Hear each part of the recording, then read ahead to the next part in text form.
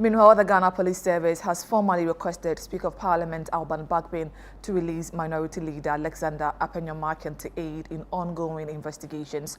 Additionally, the police noted that the officer involved will also be participating in the investigations. We are joined in studio by Director of Communications for the NPP, Richard Ahiagbah, to speak to us on the protest yesterday and matters arising. Richard, good afternoon to you. Thank you so much for joining us. Yesterday, you held a peaceful protest. There has been a viral video of the minority leader allegedly physically assaulting a police officer. From yesterday up until now, what have you received from your office on what has happened so far following your protest? All right, good afternoon and good afternoon to your viewers. I think this is a non-issue that has been elevated, obviously by the NDC to share space with a rather successful demonstration yesterday. And for me, we ought to just dismiss it without merit.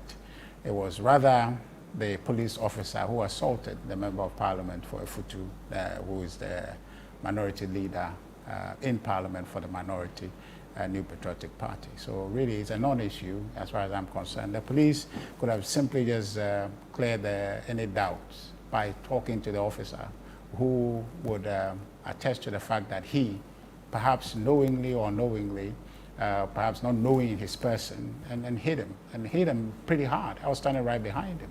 And so this narrative the NDC is foisting on us as though that the demonstration was all about the minority leader assaulting somebody is false, and one that we should set aside and focus on the objective of yesterday's demonstration, which is the president's unwelcomed undermining of our judiciary, which all of us should be concerned about. So we shouldn't make that demonstration about that unfortunate issue, which is rather the minority leader who was assaulted.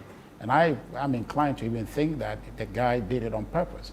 I mean, and I think that's really where the point is. There isn't anything that the minority that did wrongly. And I saw what video is circulating is his reflex. The guy hit him and was attempting to come back again, obviously in an attempt to control the crowd. He didn't pick out the minority leader. So when we left the scene, we had a conversation that he did it inadvertently, so we let it go. But to have the police rather issue a statement without talking to the officer, who should tell them that his professionalism fell short at that moment, so that instead in terms of using trained skills to control the crowd, he became physical with the people who were supposed to be managing. That was unfortunate. He would also be questioned in the process of the investigation. Yeah, what I'm saying is that this whole invitation would not have arisen if they spoke to the officer. What happened? Because they must have some basis to want to make the invitation. And if it was clear to them that it was the police officer who proactively assaulted a Member of Parliament, this whole thing does not arise. So my concern is that, one, the facts are clear, and there are other officers there who can attest to the matter. And after that, the Honorable Minority Leader almost was taken out of the march. We wasted almost about 30 or so minutes in Parliament going back and forth to see that it was okay to join us. Would the minority leader officially go to the police as he's been invited? They said they have written to the Speaker to release him. I think this is just some people's attempts to divert attention from a successful demonstration. I don't think there's anything there to find. I've given you the fact the police should do the basic check. I mean, you just don't begin to issue these things because you have paper in front of you, but you should basically have understanding what has happened and see that there's a basis for that invitation. There's no basis for that invitation when the police officer is the one who accosted or assaulted the member. If anything at all, it was Afenyo-Markin and the coalition of political parties that demonstrated should be going to the police to actually discipline the officer because he acted clearly out of line. It wasn't his place to touch anybody yesterday, and he did. And so if in reflex, the minority leader is stretching his hand to prevent him from coming at him the second time, I don't see why that constitutes an assault at all. So the police are just wasting everybody's time, to be honest with you.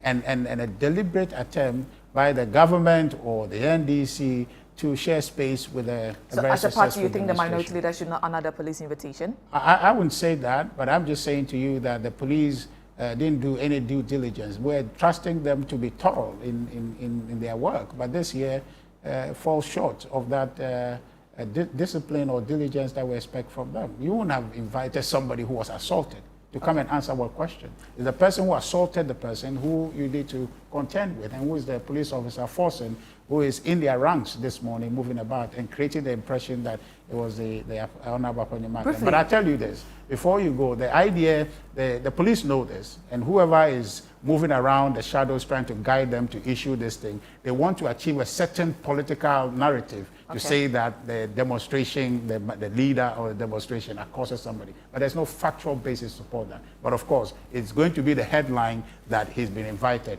And people who will not follow the news to conclusion would probably at one point in time think that indeed the minority leader assaulted. But the point is clear that the minority leader did not assault that police officer. It was the police officer who assaulted Very him. well, that has been noted. Briefly before you go, we've heard the education minister, he said that the universities that President Akufo-Addo renamed, they are also going to put forth a statement to Parliament when Parliament comes back from recess to have those names reverted to the original names. What do you make of that briefly?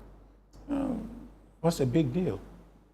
The NDC better get serious. When they were coming and campaigning, they didn't tell us these were the things they were coming to do. They said they were coming to create jobs. Where are the jobs?